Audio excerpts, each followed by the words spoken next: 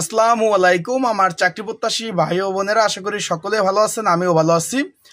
বাংলাদেশ পরমাণু শক্তি কমিশনে একটা বিশাল বড় নিয়োগ বিজ্ঞপ্তি প্রকাশ করেছে, সকলেই জানেন। যেটা এই যে জুলাই মাসের 28 তারিখ থেকে আবেদন শুরু।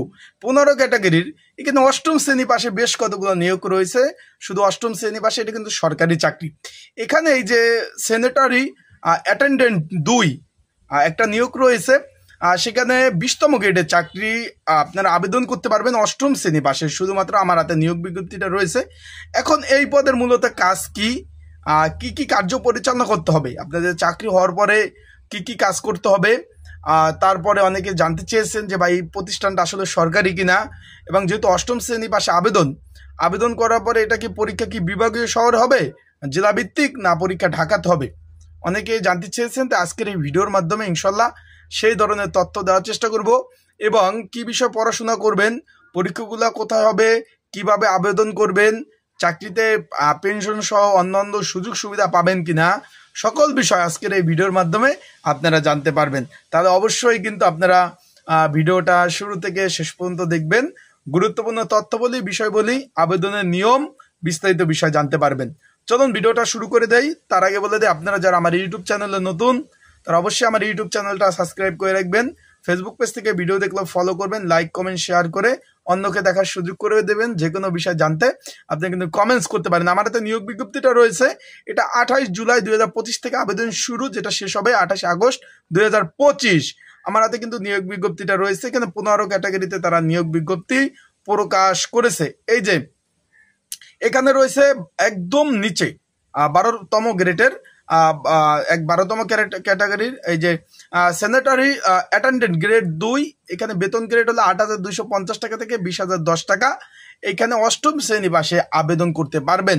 বাংলাদেশের 64 জেলার অষ্টম শ্রেণী পাশেই কিন্তু আপনারা আবেদন করতে পারবেন। 18 থেকে 32 বছর বয়সে যারা রয়েছেন তারা সকলেই আবেদন করতে কিন্তু এখানে পারবেন, কোনো সমস্যা নাই।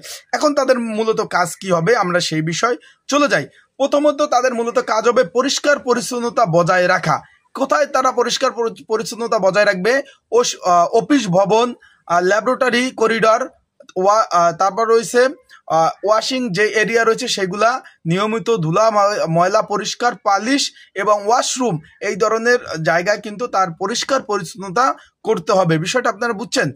যেরকম যে অফিসগুলো রয়েছে, অফিস ঝাড়ু দেওয়া থেকে শুরু করে কনফারেন্স রুম, অফিস রুম, তারপর মিটিং রুম থেকে শুরু করে করিডর, তারপর ল্যাবগুলো যে তাদের রয়েছে সেখানে পরিষ্কার পরিচ্ছন্নতা কাজে, ওয়াশরুম সহ সকল ধরনের পরিষ্কার পরিচ্ছন্নতা কাজে কিন্তু আপনি নিয়োজিত থাকতে হবে। বিভিন্ন এখানে বলছে যে বিভিন্ন ধরনের যে ক্লিনার, তারপর আপনার জীবাণুনাশক পরিষ্কার করার জন্য বিভিন্ন ধরনের যে মেডিসিনগুলো রয়েছে ওয়াশ করার জন্য, সেগুলা কিন্তু আপনার ব্যবহার করার মাধ্যমে সেইগুলা দিয়েই কিন্তু অফিস কক্ষ room, laboratory room, washroom, conference room, এইগুলা পরিষ্কার পরিচ্ছন্নতা এবং জীবাণুমুক্ত রাখতে হবে। এই যে স্যানিটারি অ্যাটেন্ডেন্ট পদে যদি আপনাদের চাকরি হয়, এই ধরনের কার্য পরিচালনা কিন্তু আপনাদের করতে হবে। চাকরিটা কিন্তু সরকারি চাকরি। তারপর এই বিষয় নিয়ে আমরা আলোচনা করব ধাপে ধাপে। তারপর হলো আপনার আবর্জনা, তারপর যে আবর্জনা যে ময়লা জমা হবে সেগুলা নিয়ে নির্দিষ্ট একটা স্থানে রাখতে হবে। তারপর পরিবেশ সুরক্ষার সঠিক বজ্র স্থানে এবং সমগ্র বিধত করে রাখা। যেরকম আপনি বুঝাই, সারাদিন অফিসে যে ময়লা হবে বা যে অপরিষ্কার জায়গা আপনি পরিষ্কার করবেন, সেগুলা ময়লাগুলো নিয়ে আপনি নির্দিষ্ট একটা স্থানে রাখবেন। সেখানে পরে সিটি কর্পোরেশন বা পরিষদের লোক এসে ময়লা যারা পরিষ্কার করে, ক্লিনাররা, তারা নিয়ে যাবে। কিন্তু অফিসের মধ্যে পরিষ্কার পরিচ্ছন্নতা সর্বোপরি কার্য পরিচালনা কিন্তু আপনারই করতে হবে। বিষয়টা বুঝছেন ভাই? সর্বোপরি কার্য পরিচালনা আপনারই করতে হবে, আপনি সেই ধরনের কার্য পরিচালনা করবেন। তারপর বলছি যে অন্যান্য সহকর্মী বা স্টাফদের নির্দেশ অনুযায়ী দ্রুত জরুরি সহায়তা কার্যক্রম করে থাকা। মানে অন্যান্য মানে আপনার যে এই ধরনের কার্য পরিচালনা করতে হবে তাই না। অফিসিয়াল যেহেতু এটা ছোট চাকরি, সরকারি চাকরি যে 4টা শ্রেণী রয়েছে, প্রথম শ্রেণী, দ্বিতীয় শ্রেণী, তৃতীয় শ্রেণী, চতুর্থ শ্রেণী, এই চাকরিটা হলো চতুর্থ শ্রেণীর চাকরি। এছাড়াও অন্যান্য ঊর্ধ্বতম যে কর্মকর্তা থাকবে, আপনার সুপারভাইজার থাকবে, তাদের নির্দেশ অনুযায়ী কার্য কিন্তু পরিচালনা করতে হবে। আর কি কাজ করতে হবে তার আগে আমি একটু বলে দেই। এটা যারা ঘরে বসে নির্ঝামেলা আবেদন করতে চান, আবারও বলে দেই, এই পদে যারা ঘরে বসে নির্ঝামেলা আবেদন করতে চান, এটা কিন্তু সরকারি চাকরি, বিজ্ঞান ও প্রযুক্তি মন্ত্রণালয়ের অধীনস্থ একটি প্রতিষ্ঠান। 28 জুলাই, এই যে জুলাই মাস চলতেছে, 28 জুলাই থেকে 28 আগস্ট পর্যন্ত আবেদন চলবে। অষ্টম শ্রেণী পাশ হলে আবেদন করতে পারবেন। ঘরে বসে নির্ঝামেলায় ত্রুটি মুক্ত কেউ আবেদন করতে চাইলে এটা অনলাইনে আবেদন করতে হবে। স্ক্রিনের উপর হোয়াটসঅ্যাপ নাম্বার রয়েছে, ডিসক্রিপশন বক্সে নাম্বার রয়েছে, এই নাম্বারে মেসেজ করতে পারেন, যোগাযোগ করতে পারেন আমার সাথে। যোগাযোগ করলে, মেসেজ করলে কিভাবে আবেদন করতে হবে, আবেদনে কি কি ডকুমেন্ট লাগবে সেগুলো দিয়ে দেবো। সেগুলো আপনারা দিলে আবেদনগুলো কিন্তু আমি করে দিতে পারবো। এছাড়াও এটার অনেকের জিজ্ঞেস করছেন পরীক্ষা কোথায় হবে। পরীক্ষা হবে ঢাকাতে, জেলা ভিত্তিক বা বিভাগীয় ভিত্তিক পরীক্ষা হবে না। সেই পরীক্ষার প্রিপারেশন প্রস্তুতিমূলক সাজেশন রয়েছে। হোয়াটসঅ্যাপ নাম্বারে যোগাযোগ করে, মেসেজে যোগাযোগ করে আপনারা কিন্তু এই সাজেশনটা নিয়ে কিন্তু আপনারা কিন্তু পড়তে পারবেন। যাদের প্রয়োজন আছে তারা অবশ্যই আমার হোয়াটসঅ্যাপ নাম্বারে কিন্তু মেসেজ দিবেন, মেসেজ দিয়ে যোগাযোগ করবেন।